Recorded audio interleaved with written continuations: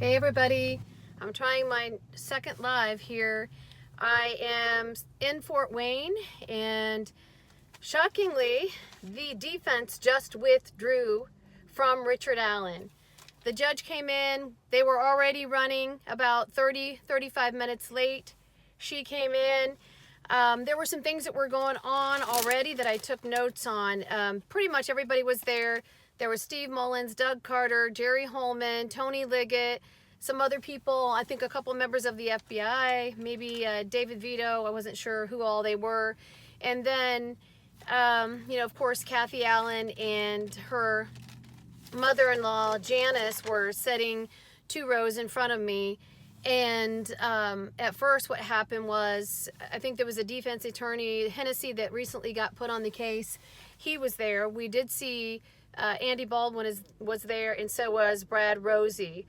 The only person that actually came into the courtroom to talk to Kathy Allen was Brad Rosie. He first talked to, I think, a member of the council, of the defense counsel up front. She got up and left the courtroom, and then he went over to them and said, I need to talk to you out in the hallway, which they both got up and went out in the hallway. And then right after that, Janice Allen came back in, and she grabs both the sweaters and she takes off. And I look at the guy next to me and I'm like, this is over. This is over. This isn't going to happen. I did hear the defense counsel, I believe that was the Hennessy attorney that was kind of filling in for Andy Baldwin. He said to them, keep your chin up, is what he said. Stay strong, keep your chin up, to her. And then Rosie came in and got her out. But the judge came in, everybody stood up, the courtroom was full. And the judge said, we had an unexpected turn of events earlier this afternoon. Defense attorneys withdrew their defense of Richard Allen. We've confirmed with the court that Richard Allen, his financial situation remains stagnant.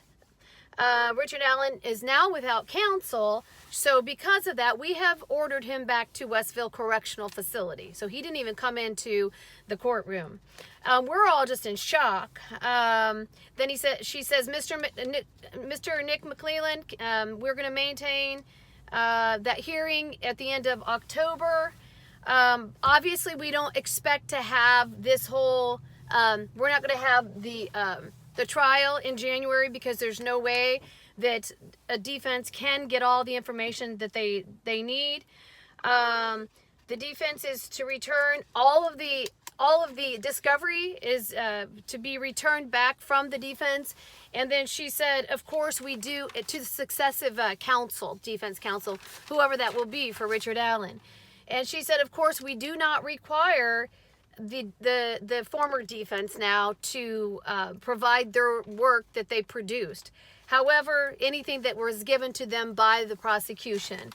And then she apologized for all of us waiting for so long, and asked McClelland if there was anything else, and he said no, there's not. And basically, you guys, that is it. That was it. The entire place was packed full.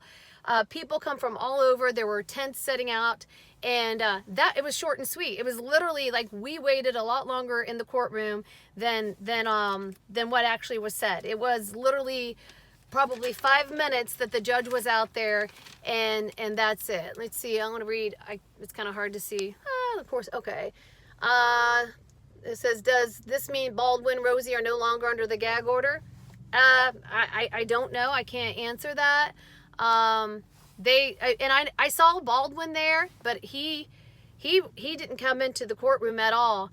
I mean, yeah, I'm afraid this is going to drag out for years as well. I mean, this is unbelievable. I can't believe it. I knew that something was going to become very clear real soon, because look, we had Doug Carter, we had anybody who's anybody that was there, and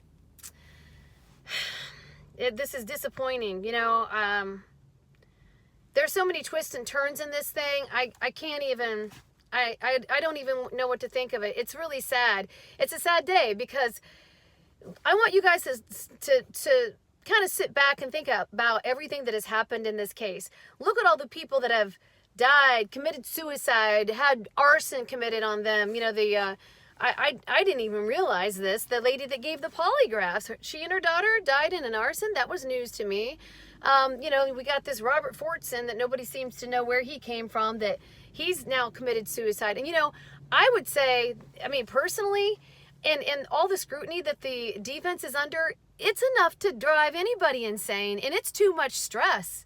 I mean, it's too much stress. I can see how if you're the defense, you're like, I am done. You know, I've got to have my own life, my own family. I don't need death threats. And at this point in time, you know, you guys know how evil this case is. That's the number one thing is it's evil. It's evil. But that's my live. That's my one and only live by myself. Sorry, guys. Just keep praying for justice for Libby and Abby. Please, Lord, not let this drag out. But I have a feeling that we're never going to know true justice now. No matter how it turns out, it's not. So thanks, guys. Thanks for watching. And now I got to try to figure out how to shut this off. Take care, guys.